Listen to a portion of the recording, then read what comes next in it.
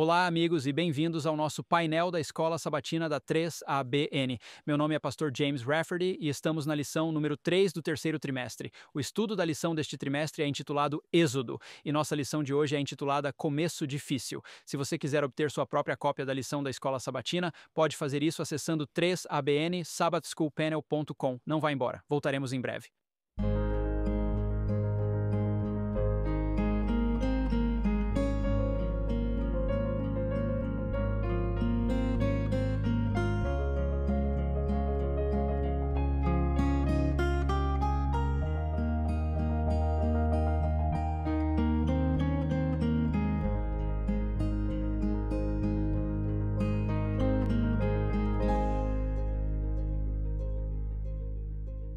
Olá, amigos, e bem-vindos ao nosso painel da Escola Sabatina 3ABN. Estamos muito felizes que vocês se juntaram a nós. Estamos estudando o Êxodo, estamos na lição número 3 deste trimestre e ela se chama Começo Difícil. Agradecemos muito suas orações e apoio financeiro ao Ministério 3ABN para que possamos levar o Evangelho a todo o mundo. Agradecemos quando você ora para que Deus abra portas e quando nos apoia financeiramente para ajudar a abrir essas portas no Ministério e Evangelismo. E temos feito muito disso ultimamente aqui na 3ABN, então estamos muito gratos por isso. Antes de começarmos, deixe-me apresentar sua família e a minha, nosso painel da Escola Sabatina de hoje. À minha esquerda imediata está o pastor John Lomakeng. Obrigado, James, o filho do trovão. Agora a lição se chama Começo Difícil e o meu dia é chamado de Começo Difícil.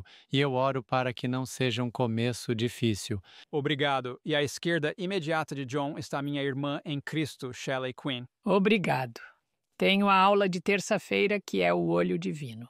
Certo? E à sua esquerda imediata, um recém-chegado aqui ao nosso painel. Que bom que está aqui, pastor Ryan Johnson. Obrigado, pastor.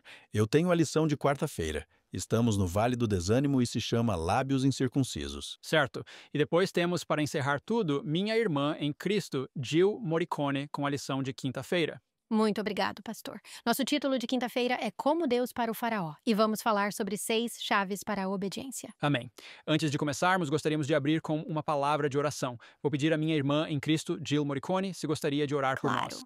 Santo Pai, viemos diante de Ti em nome de Jesus. E ao abrirmos a Sua palavra, pedimos para nos esvaziarmos de nós mesmos. Queremos ouvir o que Você tem para nós e queremos andar em obediência. Então, convença e converta-nos agora em nome de Jesus. Amém. Amém. Então vamos analisar vários textos da Bíblia na nossa lição desta semana. Êxodo capítulo 5, versículos de 1 a 23.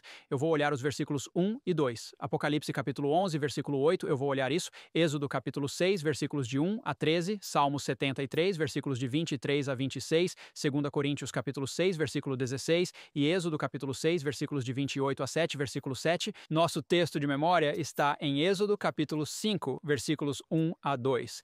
Vamos dar uma olhada lá. Êxodo 5, 1 a 2. Depois, Moisés e Arão entraram e disseram ao faraó: Assim diz o Senhor Deus de Israel, deixe meu povo ir para que possam realizar uma festa para mim no deserto. E o faraó disse: Quem é o Senhor para que eu obedeça a sua voz e deixe Israel ir? Eu não conheço o Senhor, nem vou deixar Israel ir. Falar sobre um começo difícil. Muitos crentes pensam que, como diz o trimestral, quando alguém decide seguir a Deus, ele ou ela só experimentará felicidade, prosperidade e sucesso. Isso nem sempre é o caso, no entanto, como a própria Bíblia muitas vezes mostra. Às vezes, muitos obstáculos aparecem, assim como novas dificuldades. Agora, isso pode ser muito frustrante e levanta perguntas difíceis, e elas nem sempre têm respostas fáceis, ou parece que não têm respostas de jeito nenhum. Aqueles que confiam em Deus enfrentarão numerosas provações. Quando perseveramos, no entanto, Deus traz soluções que vêm nos seus termos e no seu tempo. Os seus métodos podem entrar em conflito com as nossas expectativas de uma solução rápida e instantânea, mas devemos aprender a confiar nele. Assim, o tema desta semana, Moisés e o comando para liderar o povo de Deus para fora do Egito, é sobre o chamado mais claro de Deus que alguém poderia ter. De fato, incluiu milagres, assim como o próprio Deus falando diretamente a Moisés e informando-lhe exatamente o que ele queria que Moisés fizesse. Quão mais fácil poderia ter sido para Moisés, sabendo que ele foi chamado por Deus e recebeu uma tarefa específica que foi complementada por milagres no poder de Deus. Então, deveria ter sido bem simples, certo? Vamos continuar lendo. E assim vemos a resposta do faraó. Agora, Deus antecipou essa resposta? Sabemos que sim. Deus sabia o que estava no coração do faraó e reconheceu que mesmo com os milagres que estava prestes a realizar, o faraó iria endurecer seu coração, ele iria resistir contra Deus. E os líderes ordenados por Deus. Então, qual foi a resposta do faraó para deixar meu povo ir? Qual foi o significado dessa resposta? Quem é o Senhor para que eu deixe Israel ir? Eu não conheço o Senhor, nem deixarei seu povo ir. É quase uma ostentação, se você pensar bem, não é? E o faraó se via como equivalente a Deus ou aos deuses, por assim dizer. Ele era considerado o filho dos deuses. E então ele não via o Deus de Moisés, o Deus de Arão, o Deus dos hebreus, o Deus dos israelitas como maior do que ele, certo? Com o faraó como seu rei, é um poder simbólico que nega a presença e a autoridade de Deus porque se vê como igual ou superior a Deus, e é isso que enfrentamos no nosso mundo hoje, especialmente no nosso mundo secular, na ciência e toda a educação diferente e cultura e sabedoria deste mundo. Deus é visto como inferior. Na verdade, muitas pessoas hoje em dia zombam da Bíblia ou riem das pessoas que são cristãs e acreditam em um Deus que criou o mundo. E este é o tipo de atitude que o faraó tinha em relação a Moisés. Sim, faraó era uma entidade que se opunha a Deus e a sua palavra, em oposição ao seu povo. E o princípio que faraó manifestou está vivo e bem presente em nosso mundo de hoje. Agora, a declaração do faraó, não deixarei Israel ir, revela ainda mais essa rebelião contra o Deus vivo. Além disso, ele transformou o Egito em um símbolo não apenas da negação de Deus, mas de um sistema que luta contra Deus.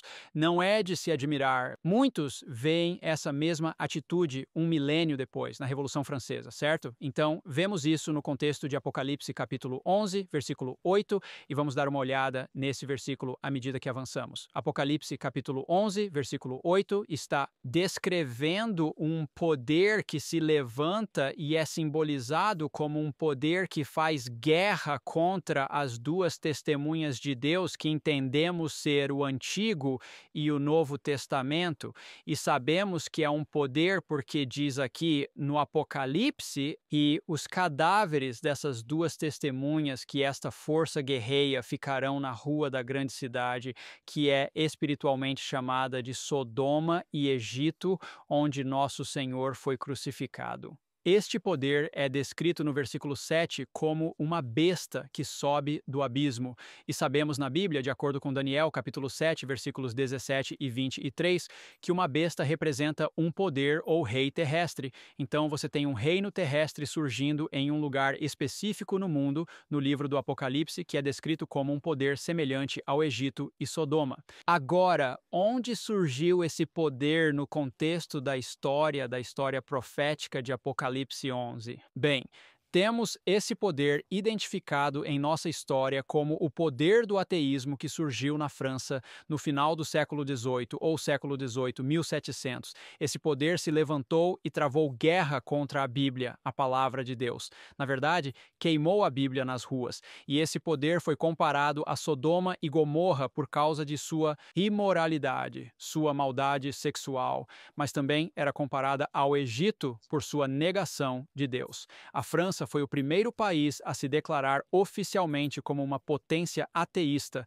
que negava a existência de Deus. E assim, vemos essas frases em Apocalipse 11, 7 a 8, usadas para descrever a Revolução Francesa no século XVIII. E é por isso que vemos este princípio sendo levado adiante ao longo do tempo, desde os dias do faraó, desde os dias de Moisés até hoje, e há uma coisa que eles têm em comum. Bem, há muitas coisas que eles têm em comum, mas uma coisa que quero destacar para você é que ambos negam não apenas Deus, mas a lei de Deus, o caráter de Deus, a transcrição da lei de Deus. Eles buscam a imoralidade. Vemos isso na nossa sociedade hoje em dia. Vemos o poder secular crescendo, colocando-se contra Deus, contra a sua palavra e buscando estabelecer a imoralidade, certo? Licença para pecar e uma negação da existência de Deus. E vemos isso, é claro, na evolução. Deixe-me apenas ler este versículo aqui, esta declaração aqui do livro Grande Controvérsia 269, que diz: de todas as nações apresentadas na Bíblia, o Egito negou mais audaciosamente a existência de Deus. Palavra do Deus vivo e resistiu aos seus comandos. Nenhum monarca jamais se aventurou em uma rebelião mais aberta e audaciosa contra a autoridade do céu do que o rei do Egito quando a mensagem foi trazida a ele. Quando a mensagem foi trazida a ele por Moisés em nome do Senhor, o faraó respondeu orgulhosamente: quem é Jeová para que eu deva ouvir sua voz e deixar Israel ir? Eu não conheço Jeová. Além disso, não deixarei Israel ir. Êxodo capítulo 5, versículo 2. Isso é ateísmo, e a nação representada pelo Egito daria voz a uma negação semelhante das reivindicações do Deus vivo e manifestaria um espírito semelhante de descrença e desafio. Então, isso forma o que olhamos em Apocalipse capítulo 17 como os 7 reis ou reinos que conduzem aos movimentos finais nos últimos dias. Temos Babilônia, que é o primeiro reino no Apocalipse capítulo 17, e Medo-Pérsia, Grécia, Roma imperial, Roma papal, número 6, ateísmo. E então isso será seguido por América. Todos esses poderes são identificados como bestas em Daniel e Apocalipse. O livro de Daniel, capítulos 2, 7, 8 e 11, identificam Babilônia, Medo-Pérsia, Grécia, Roma imperial e papal. Depois passamos para Daniel 11, onde o rei do norte é afligido pelo rei do sul.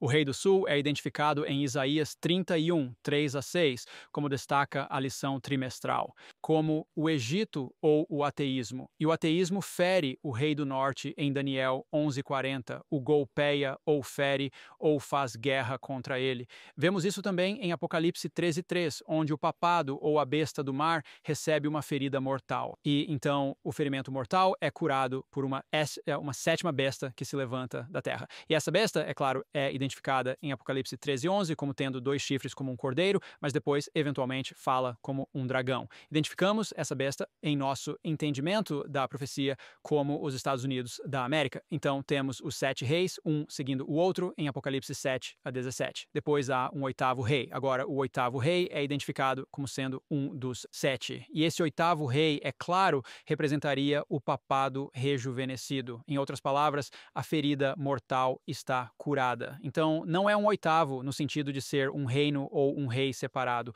mas é o 8º no sentido de ser um dos 7. E tem uma imagem feita para ele em Apocalipse 13, e todo o mundo o segue porque a besta da terra, ou seja, os Estados Unidos da América, imitam a besta do mar e juntos eles levam o mundo inteiro a adotar um falso padrão de adoração. Este é o resumo básico da profecia, mas o que é fundamental aqui e o que é importante é reconhecer que tudo começa, de certa forma, com essa negação da existência de Deus, com esse poder ateu que mina a palavra de Deus. Nos leva à ideia de evolução, que nega Deus como Criador, nega o sábado do 7º dia e, portanto, nega ou afasta as pessoas de adorar a Deus conforme a sua palavra. Porque quando você vai ao capítulo 14 de Apocalipse e ouve este chamado claro para adorar a Deus que fez o céu e a terra e os mares e fontes de águas, isso vai diretamente para Êxodo capítulo 20 e o 4º mandamento. Na verdade, é quase uma citação direta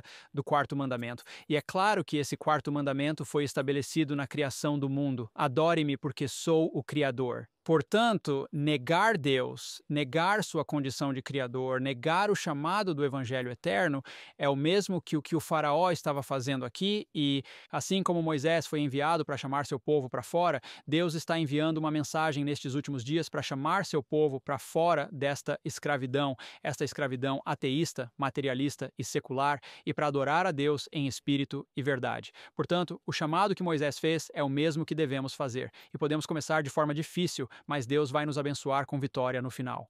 Amém. Obrigado, Pastor James. E o meu é, de fato, o começo difícil, olhando para o que vamos estudar aqui. Vamos para o livro do Êxodo, capítulo 5. O começo complicado. Muito do que você falou sobre como as coisas começam não é exatamente como vão acabar, e você encontra muitos exemplos nas Escrituras onde as pessoas estão olhando para as suas circunstâncias atuais. Mas quero fazer um ponto muito importante. A percepção humana não é a realidade divina. Paulo diz que olhamos através do vidro de forma turva, então não vemos o resultado final. João, na primeira epístola de João, capítulo 3, diz que ainda não foi revelado o que seremos, então a percepção humana desempenha um grande papel em nos desencorajar, enquanto a percepção divina desempenha o papel principal em dizer: deixe sua fé fazer o trabalho, caminhamos pela fé e não pela visão. Exemplo dos hebreus na terra do Egito, Moisés chega à terra do Egito e começa a restaurar um pouco do que eles experimentarão quando saírem da terra do Egito. Vamos começar em Êxodo 5 e no versículo 3. Vou tentar ler o máximo que puder e então eu tenho algumas conclusões aqui. Se eu tivesse que somá-los todos juntos, diria 6, certo? Mas vou começar a ler até chegar ao ponto, então falarei sobre minhas conclusões. Verso 3, então eles disseram: o Deus dos Hebreus se encontrou conosco, por favor, deixe-nos ir 3 dias de jornada no deserto e sacrificar ao Senhor nosso Deus, para que ele não nos atinja com pestilência ou com a espada. Então o rei do Egito disse a eles: Moisés e Arão, por que vocês tiram este povo do trabalho?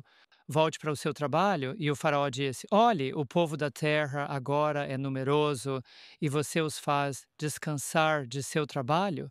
Agora deixe-me fazer um ponto muito importante aqui. Muitas vezes as pessoas dizem na história do Êxodo, a primeira vez que o sábado é mencionado é quando eles saem do Egito e o Senhor começa a testá-los no sábado. Não, esta é a primeira vez que é mencionado, porque a palavra descansar aqui é a palavra para sábado. Moisés começa a restaurar o sábado enquanto eles estão no Egito e isso irrita o faraó.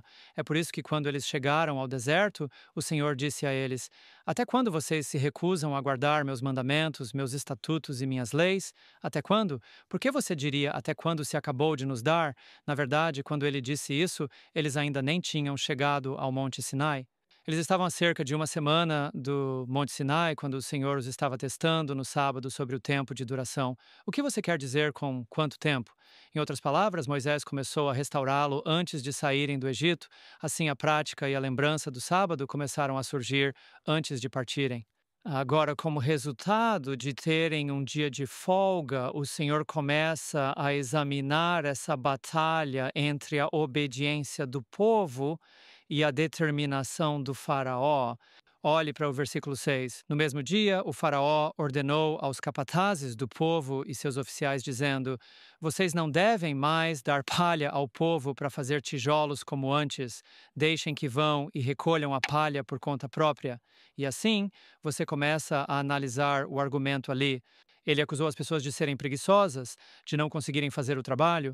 Os capatazes aumentaram seu poder. Se você continuar até o versículo 13, pois há muita discussão ali, eles não recebem a quantidade de palha para cumprir a cota no versículo 13, e os capatazes os forçaram a se apressar, dizendo: cumpra seu trabalho, sua cota diária, como quando havia palha.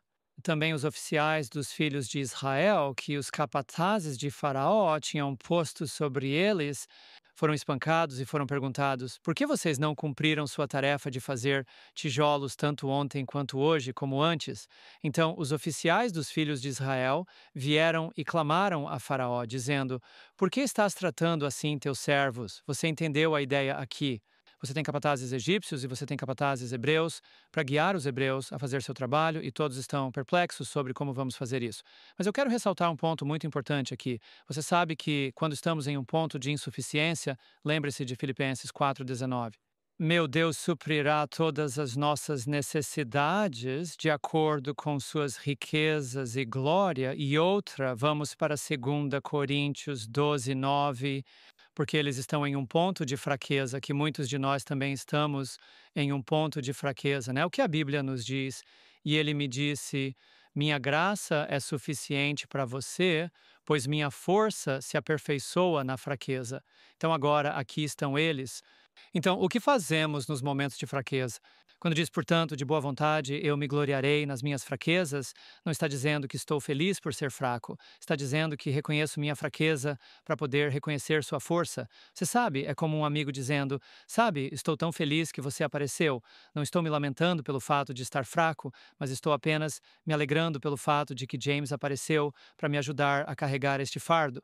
Então nós nos alegramos no Senhor, carregamos esse fardo juntos, os filhos do trovão, e então é isso que está acontecendo ali. Mas o Senhor não está recuando, e o Senhor não está permitindo que a cota seja cumprida, porque parece que eles realmente estão passando por tempos difíceis. Então vamos ver alguns dos paralelos que podemos tirar desta história sobre os tempos difíceis. Como lidamos com tempos difíceis? Um resumo bem rápido, porque a pergunta foi feita: quais foram os resultados imediatos do primeiro encontro registrado de Moisés e Arão com o faraó? Primeiro, o faraó estava preocupado que Moisés restaurasse o dia de descanso. Acabamos de ler que o faraó exigiu que os israelitas continuassem a cumprir sua cota de tijolos. Os capatazes reduziram a palha, mas exigiram os mesmos resultados. Como se faz isso? Em vez de palha, os israelitas recolheram restolho e não conseguiram cumprir a cota. Este é um ponto muito poderoso. Eles juntaram restolho. Sabe, às vezes alguns de vocês vivem suas vidas e acabam com restolho.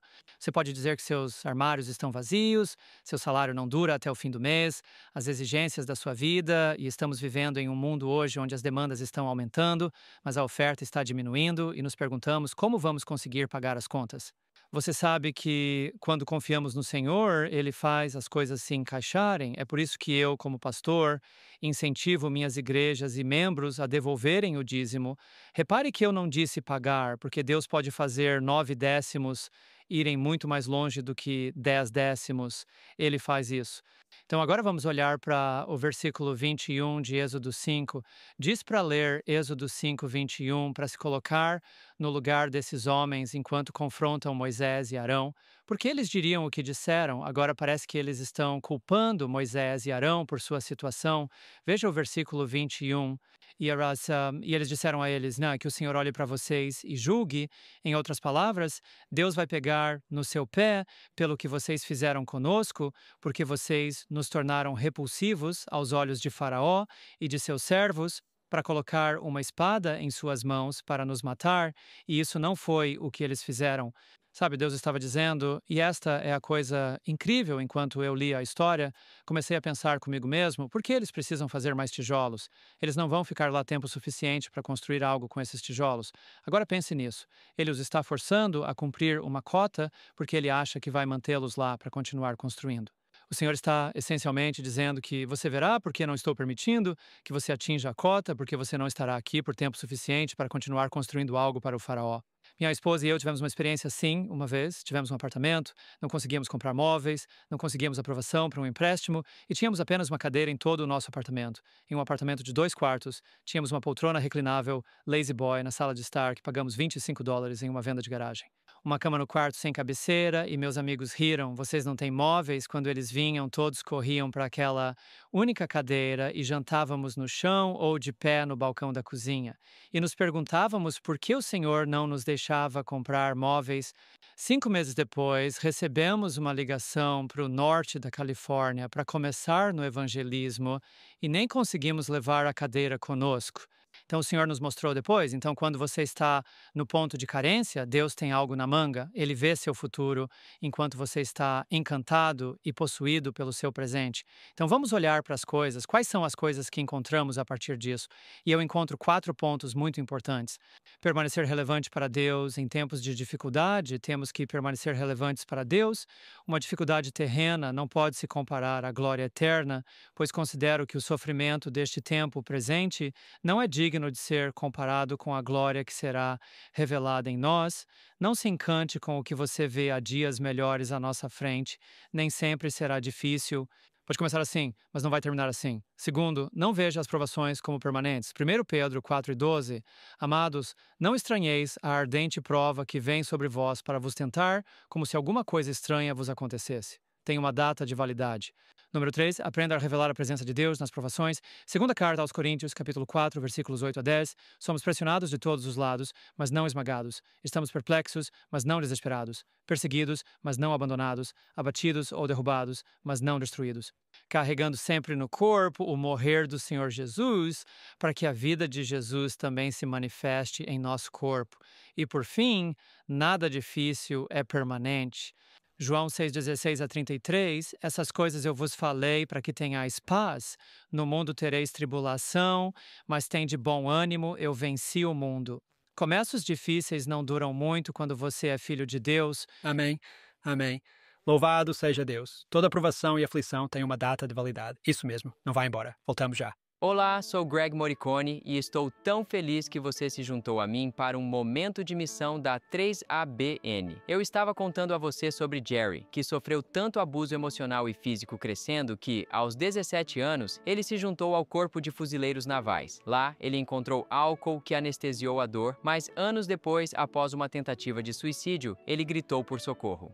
Deus, você pega a garrafa e eu pegarei a Bíblia. E ele nunca mais bebeu. Jerry se juntou à igreja de sua esposa e seguiu Jesus, mas aos poucos percebeu que sua igreja não seguia a Bíblia em tudo. Ele começou a buscar a verdade, fazendo estudos bíblicos e ouvindo sermões de outras denominações. Então, durante a pandemia de Covid, ele notou que tinha o dobro de canais de televisão, e um deles era o 3ABN. Ele assistiu ao 3ABN dia e noite até que saiu do ar, mas ele já tinha ouvido o suficiente, então procurou uma igreja adventista e se sentiu guiado para a igreja adventista do Sétimo Dia Novos Horizontes em Republic, Missouri. Jerry diz que Deus atendeu sua oração e o levou a uma igreja onde ele ouve a verdade e se junta a seus irmãos e irmãs para orar pelo Espírito Santo para que seja derramado com mais poder. Graças a Deus por Jerry e pela amorosa família da igreja que ele encontrou e como Deus usou a 3ABN para conduzir Jerry à verdade em sua palavra. Por favor, junte-se a mim na próxima semana para mais um Momento de Missão 3ABN. Bem-vindo de volta, amigos. Espero que tenham gostado daquele momento da missão. Agora estamos passando para a lição de terça-feira. Eu sou Shelley Quinn e a lição de terça-feira é o olho divino. Eu amo Êxodo, capítulo 2, versículo 24, quando diz que o Senhor lembrou-se de sua aliança com Abraão, Isaque e Jacó. No tempo certo, Deus estava se preparando para tirar seu povo da escuridão da escravidão e trazê-los para a sua maravilhosa luz. E de perto e pessoalmente, Deus os viu. Ele se lembrou. Agora, espere um minuto. Deixa eu te perguntar. Você acha que um Deus que tudo sabe esquece das coisas e precisa ser lembrado? Deixa eu te contar uma coisa. Quando a Escritura diz que Deus esquece, isso significa que ele não tomará nenhuma ação sobre isso. E quando a Escritura diz que Deus se lembra, isso significa que ele está pronto para agir. Deus olhou para eles. Ele está pronto para agir.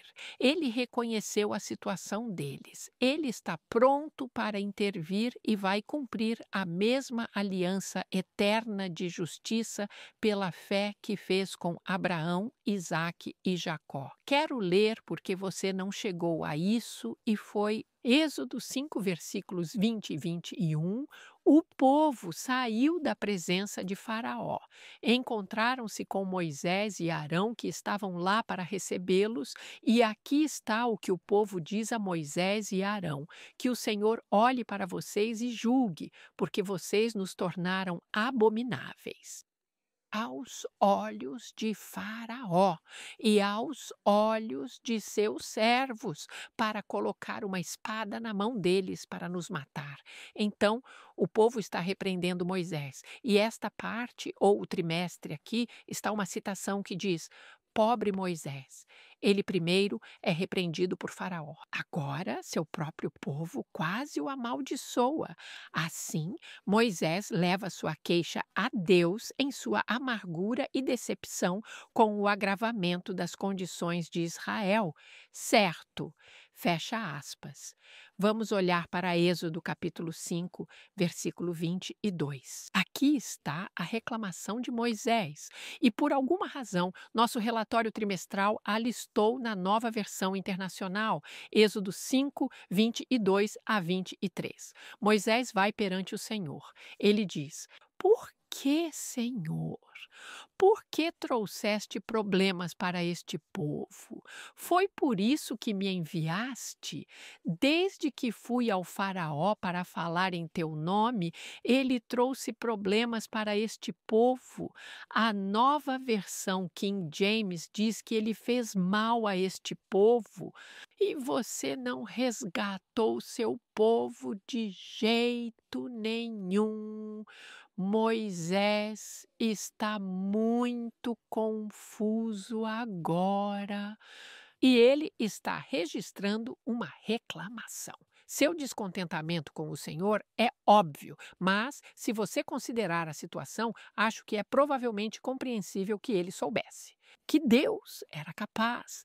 E, rapaz, agora Deus vai dar a ele uma resposta poderosa. Êxodo 6. Vamos ler os versículos 1 a 5, começando com o versículo 1. O Senhor disse a Moisés: Agora você verá o que farei a Faraó. Você acha que Faraó fez algo com você? Criança, observe, veja o que faço a Faraó, pois com sua mão forte ele os deixará ir com uma mão forte. Ele os expulsará de sua terra. Ele está dizendo: quando eu terminar com Faraó, Faraó ficará tão ansioso para se livrar de todos vocês hebreus que ele os expulsará. Então, Deus está dizendo que ele não vai apenas falar agora, ele já deu tantas oportunidades a Faraó e está prestes a dar mais, mas ele está se preparando para intervir poderosamente para seu povo. Então, vamos ver. Êxodo 6:2. E Deus falou a Moisés. Deus está se preparando para lembrar-lhe de alguns fatos pertinentes. Ele disse a ele: Eu sou o Senhor, eu sou Yahweh. Apareci a Abraão, a Isaque, a Jacó como Deus Todo-Poderoso, mas por meu nome, Senhor, que é o nome de sua aliança, Javé. Eles não me conheciam. Agora, isso é interessante porque Yahweh é mencionado pela primeira vez antes do dilúvio em Gênesis capítulo 4, versículo 26. Encontramos o nome Yahvé. Mais tarde, os patriarcas, Gênesis 12, 8, 22, 24, 12, eles dizem Yahweh. Veja, eles sabiam que Yahweh era um Deus de aliança, mas eles não o conheciam. Eles não entendiam seu amor de aliança e sua fidelidade de aliança. Quanto tempo vamos parar em nossas próprias vidas? Sabemos que temos conhecimento teórico, mas não temos. Posso te contar por quanto tempo eu soube sobre Yahweh, mas eu não entendi seu amor, não entendi sua fidelidade e eu impedi meu próprio crescimento até que Deus me alcançou. Então ele diz no versículo 2, Êxodo capítulo 6, versículo 2, Eu sou o Senhor, apareci a Abraão, Isaque e Jacó. E ele continua dizendo: estabelecer minha aliança com eles. Ele é um Deus de aliança que faz e mantém alianças. Ele disse para dar a eles a terra de Canaã, na terra de sua peregrinação, onde eram estrangeiros. Eu também ouvi o gemido dos filhos de Israel que os egípcios mantêm em cativeiro, e eu me lembrei da minha aliança. Agora, a lição cita. Note a repetição do divino eu. Eu, o Senhor, seu Deus, fiz isto e aquilo. E assim você pode confiar que farei por você o que prometi. Não temos nada a temer, a menos que esqueçamos como Deus nos conduziu no passado ou conduziu seu povo no passado. Portanto, fim de citação. A lição destaca 4 grandes coisas em Êxodo, capítulo 6, versículos 6 a 7. Desculpe, não posso parar nos 4 porque a passagem é onde Deus está solenemente prometendo o que ele fará por Israel. E às 7, eu farei declarações. Sempre que você vê o divino eu com fará, isso é uma promessa de aliança. E assim, Deus faz 7 declarações, eu farei. Êxodo 6, 6 a 8. Então, no versículo 9, vamos ver 7. É o número da perfeição. É por isso que eu tenho uma lista de tudo que ele vai revelar sobre si mesmo para Israel de uma maneira que eles nunca conheceram. Então vamos ver isso. Êxodo 6 e vamos olhar para o versículo 6. Ele diz: portanto, diga aos filhos de Israel, eu sou o Senhor. Eu vou. Este é a primeira declaração de eu vou dele. Eu vou tirá-lo de debaixo dos fardos dos egípcios. Isso é uma promessa do pacto. Eu vou. O segundo, eu vou resgatá-lo da escravidão deles. E terceiro, eu te redimirei com um braço estendido e com grandes juízos. Veja, Deus te tirará do pecado. Ele te resgatará da escravidão de Satanás. Ele te redimirá. Ele já pagou o preço com o precioso sangue de Jesus.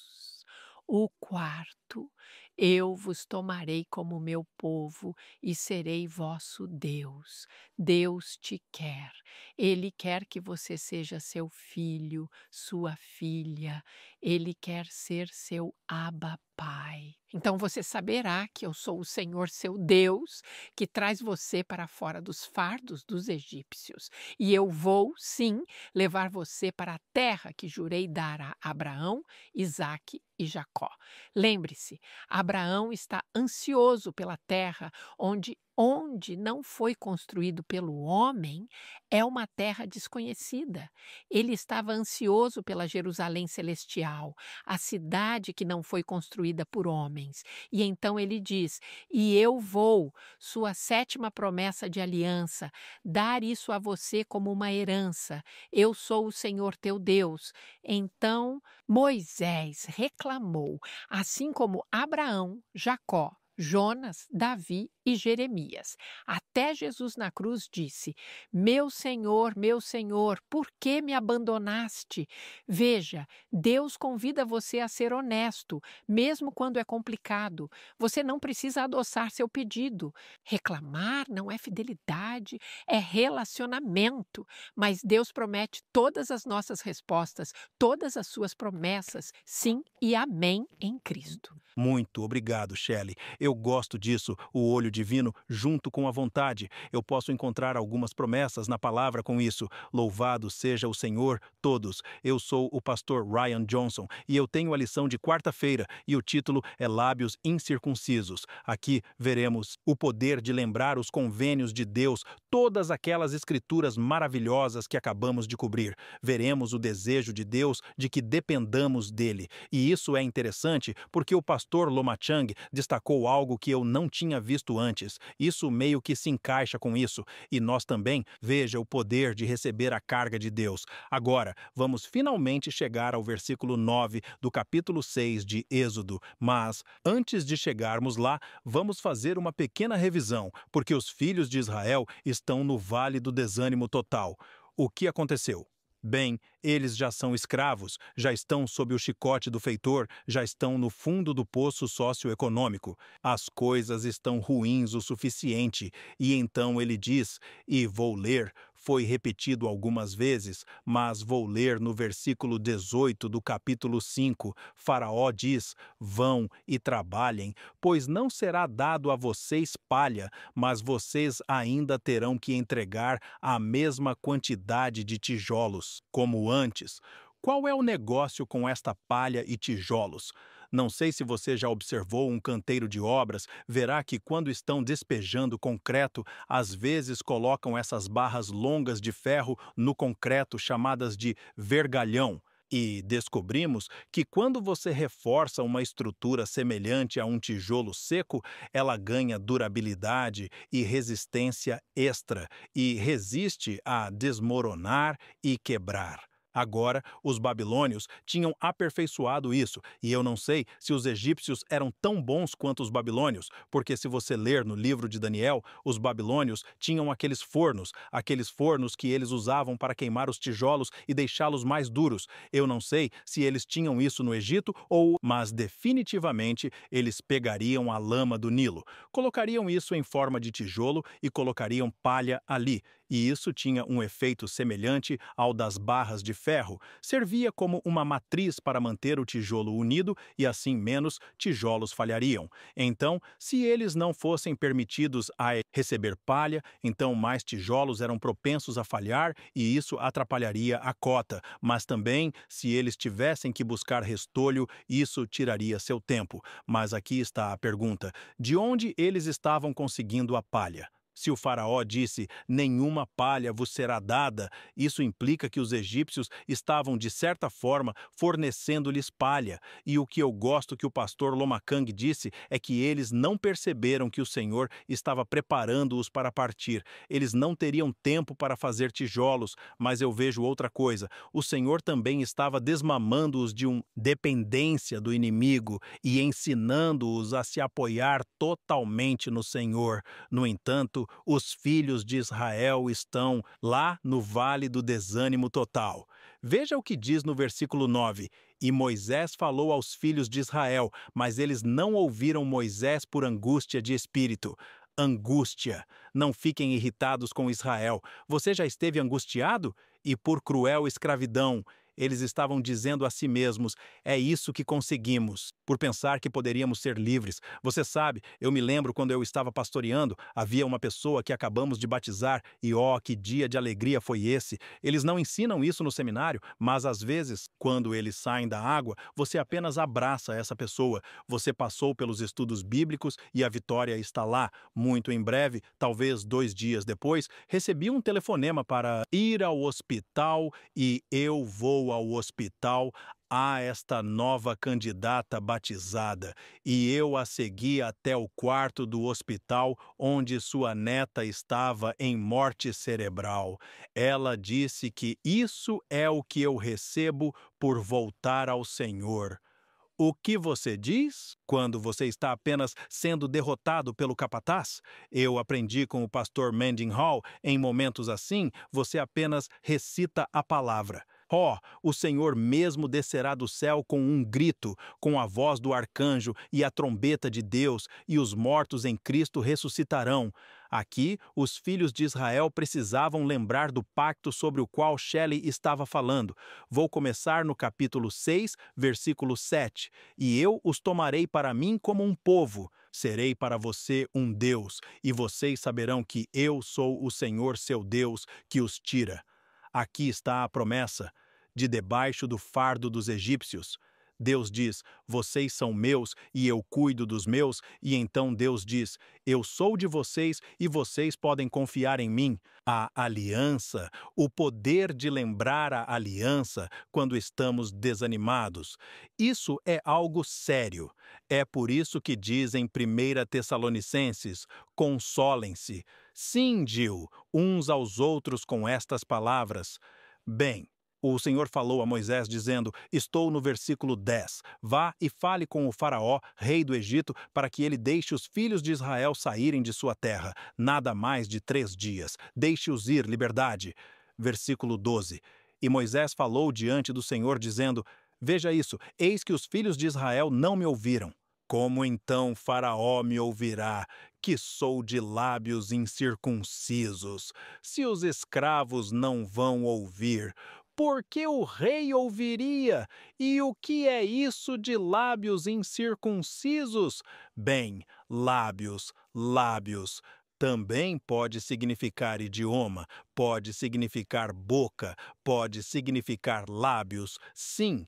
E então, esta palavra incircunciso é uma frase muito comum usada no hebraico para significar espiritualmente não digno, não ungido, e também poderia ter o duplo significado de Moisés, lembrando ao Senhor que eu disse que não falo tão bem. Eu não falo muito bem. E o que Deus diz em resposta a isso, eu gosto disso. Se você for ao versículo 13, diz: E o Senhor falou a Moisés e a Arão e deu-lhes uma ordem para os filhos de Israel e para o Faraó, rei do Egito, tanto para os escravos quanto para o rei, para trazer os filhos de Israel para fora da terra do Egito, em resposta a Moisés, dizendo que seus lábios eram incircuncisos, o Senhor lhe dá uma ordem. O que é isso? Então eu tive que olhar. E esta palavra ordem é um comando. Tudo bem. Nós vimos isso. O Senhor deu-lhe um comando. Você vai dizer aos filhos de Israel, vá dizer ao faraó. Mas então também pode significar ser ordenado. Deus capacitou Moisés, ungiu sua boca, ungiu suas palavras para falar tanto à casa dos escravos quanto à casa do rei. Mas então eu descobri algo mais interessante. Avance. Também pode significar uma comissão. Onde mais na Bíblia há uma comissão? Eu me lembro de um pequeno texto e vou mencioná-lo. Na verdade, vou para o Evangelho de Mateus 18, 18 a 20. E, bem no final de Mateus, aqui está Jesus falando com seus discípulos. Diz bem aqui nesta Bíblia que tenho, que é grande o suficiente para me permitir escrever notas com a mão esquerda. Comissão de Jesus. Aqui diz no versículo 17, e quando viram Jesus, adoraram-no, mas alguns duvidaram. Versículo 18, e Jesus veio e falou-lhes dizendo, todo o poder me foi dado no céu e na terra. Aqui está, versículo 19, ide, portanto, e ensinai todas as nações, batizando-as em nome do Pai, do Filho e do Espírito Santo, ensinando-os a observar todas as coisas que eu vos ordenei, e eis que estou convosco todos os dias até o fim do mundo. Chamamos isso de grande comissão, mas também é uma ordem e também nos ordena a ir. Vá e fale liberdade para os cativos na casa dos escravos, para os cativos na casa do rei, até o congresso, se necessário, até as casas de drogas, se necessário. E é a mesma mensagem que está sendo dada aos filhos de Israel aqui mesmo.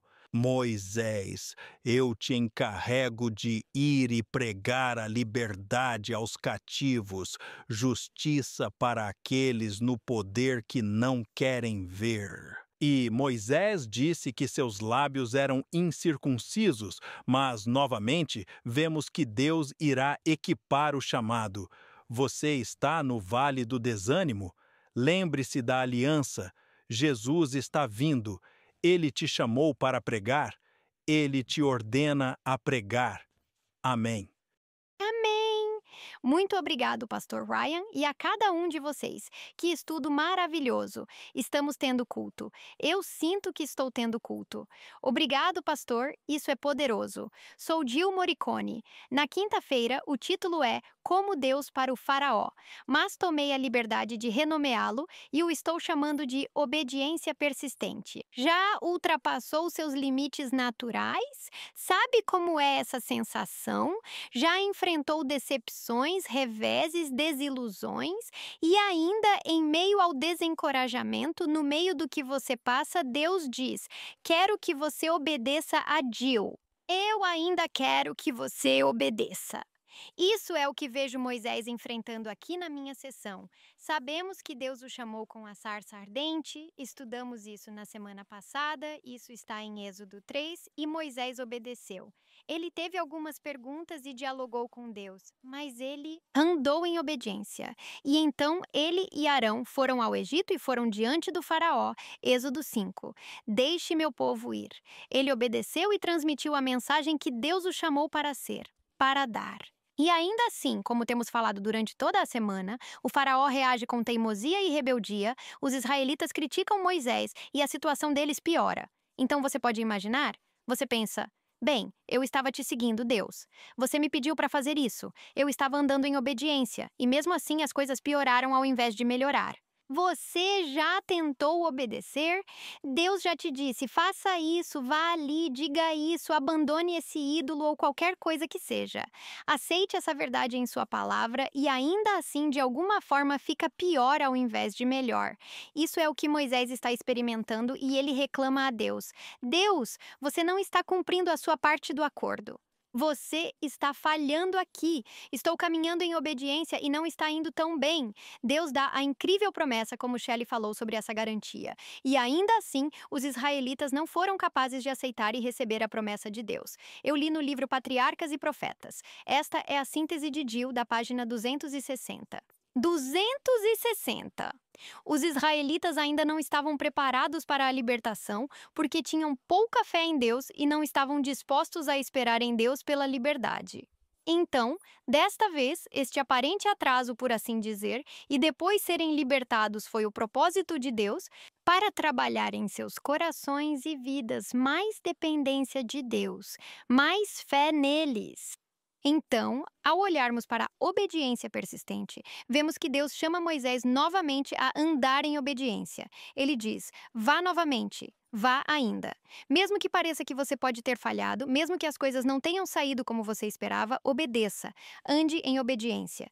Então, pegamos isso em Êxodo 6, 28. Nós vamos para Êxodo capítulo 7, versículo 7. Então, Êxodo capítulo 6, versículo 28, 6 chaves para obediência. Versículo 28, aconteceu no dia em que o Senhor, isso é Yahweh, falou a Moisés na terra do Egito, que o Senhor falou a Moisés dizendo, eu sou o Senhor, eu sou Yahweh, o Deus da aliança. Fale ao faraó, rei do Egito, tudo o que eu disser a você. Chave número 1. Obediência é baseada no comando de Deus. Não se baseia em como nos sentimos. Não se baseia em experiências passadas. Não se baseia nem mesmo se sentimos que fomos vitoriosos antes. E o que aconteceu? Deus fala. Agora pense no mundo natural quando Deus falou bem no começo. Haja luz. Quero dizer isso de forma respeitosa. A luz não foi tipo, bem, deixe-me ver se quero me tornar luz. Certo? Havia luz. Deus falou e aconteceu. Quando Deus disse que a terra seja seca, ou que os peixes apareçam no mar, e que os pássaros apareçam, eles estavam tipo, bem, não tenho certeza se quero ser um pássaro ainda. Deixe-me ver? Não. Instantaneamente, quando Deus falou, aconteceu. E ainda assim, com você e eu, Ele nos dá liberdade de escolha. E quando Deus fala aos nossos corações e Deus nos chama para andar em obediência, devemos andar, não dizer, bem, eu não tenho certeza. Bem, deixe-me pensar sobre isso. A obediência é baseada no mandamento de Deus. Quando Deus chama, você e eu devemos obedecer. O próximo versículo, versículo 30. Moisés disse diante do Senhor, eis que tenho lábios incircuncisos. O pastor Ryan já falou sobre isso. Aqui isso aparece novamente. Ele repete a mesma coisa. Tenho lábios incircuncisos e como o faraó me ouvirá, agora podemos conversar. Talvez Moisés estivesse com medo. Talvez ele fosse extremamente humilde. Talvez ele não sentisse que poderia fazê-lo. Poderíamos seguir de diversas maneiras com isso. Talvez ele simplesmente não quisesse fazer isso. Mas o ponto número 2, obediência é mais forte do que qualquer objeção ou sentimento pessoal. Quando Deus chama, não devemos racionalizar, não devemos questionar, não devemos julgar, não devemos pensar em nossas próprias inadequações ou no que pensamos sobre nós mesmos. Nada disso importa. Deus, você chamou? Eu devo andar em obediência. Versículo 1. Estamos no capítulo 7, versículo 1. O Senhor, novamente, Yahweh, disse a Moisés: Veja, eu fiz de você como Deus para o Faraó. Agora isso é realmente interessante. E Arão, seu irmão, será seu profeta. Você falará tudo o que eu te ordenar. Estamos no versículo 2. E Arão, seu irmão, dirá ao Faraó para enviar os filhos de Israel para fora da sua terra. Agora, a ordem de transmissão para a mensagem divina, se você quiser chamá-la assim, é a seguinte: Deus. Então, Moisés está ouvindo o que Deus fala. Moisés é um tipo de Cristo, como discutimos ao longo do livro de Êxodo. Então, Moisés transmite isso para Arão. Arão é o verdadeiro porta-voz e Arão fala com o Faraó. Então, temos Deus, Moisés, Arão e depois o Faraó. Agora, olhe para este verso em Deuteronômio 18, verso 18. Levantarei para eles um profeta, com P maiúsculo, como você dentre seus irmãos, e colocarei minhas palavras na sua boca. Ele falará para eles tudo o que eu lhe ordenar. Vejam, um profeta viria como Moisés, que não é outro senão do que Jesus Cristo. E nisso, eu adoro essa analogia, porque Deus está dizendo a Jesus, por assim dizer, o que dizer. Assim como aqui em Êxodo, Deus está dizendo a Moisés o que dizer, e então Moisés entrega ou passa para Arão. Quem dá isso ao Faraó? Outra coisa que é muito interessante para mim, Faraó, falamos sobre o filho de um Deus. Deus pagão. As pessoas acreditavam que o Faraó era como um deus, e era essa ponte entre seus deuses pagãos e o povo. Aqui nós temos Moisés. Um escravo é mais alto como servo de Deus do que o próprio Faraó, e o Faraó se considerava semelhante a um deus. E ainda assim Moisés e Arão, embora fossem escravos, eram mais elevados do que o deus egípcio, por assim dizer, Faraó naquela época.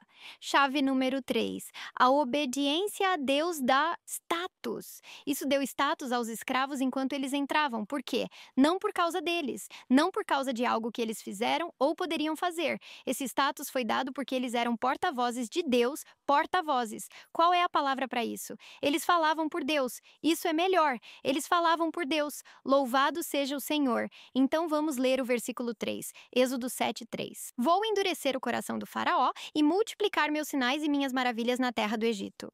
Agora, em uma próxima aula, eu acho que alguém vai abordar, Shelley vai, o endurecimento do coração do Faraó e o que isso realmente significa. Então, não vamos entrar nisso. Mas você vê em Êxodo que às vezes a Bíblia é muito clara que o Faraó endureceu o próprio coração. Às vezes diz que o coração do Faraó foi endurecido e outras vezes diz que Deus endureceu o coração do Faraó.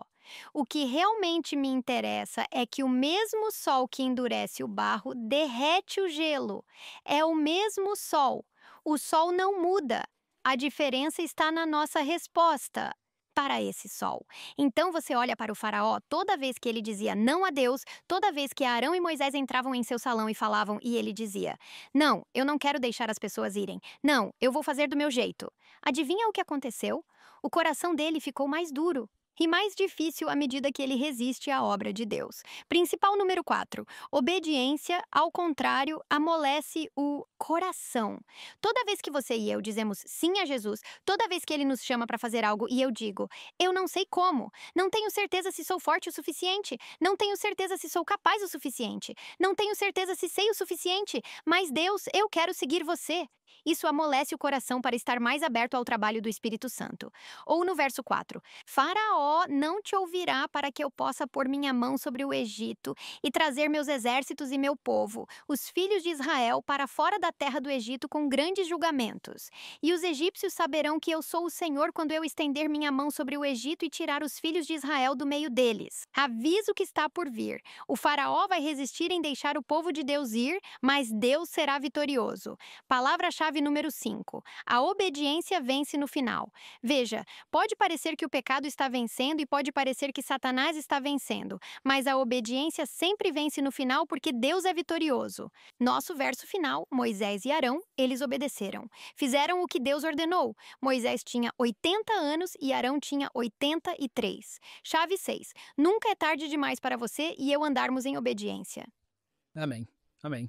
Que grande estudo de lição. Muitas ótimas percepções que temos aprendido tanto. Espero que você também esteja aprendendo. Só temos mais alguns minutos e vamos ter algumas considerações finais. Em termos simples, a dificuldade ela não dura muito. Lembre-se da escrita na Bíblia e isso também passará. Segundo Coríntios 1:20, todas as promessas de Deus são sim e amém em Cristo Jesus, porque Hebreus 7:22 diz que ele é a garantia, o fiador do acordo. Portanto, consolem uns aos outros com estas palavras. Quando estamos no vale do total desânimo e angústia, agarremo-nos à palavra de Deus, reivindiquemos essas promessas. Deus cumprirá. Às vezes não queremos andar em obediência. Às vezes eu não quero andar em obediência. Toda vez que enfrentamos esse momento, se você tem medo de seguir a Deus, se você tem medo de confiar nele, eu quero encorajar você a provar e ver que Deus é bom. Experimente, conheça, e você nunca vai querer outra coisa. Amém. Amém.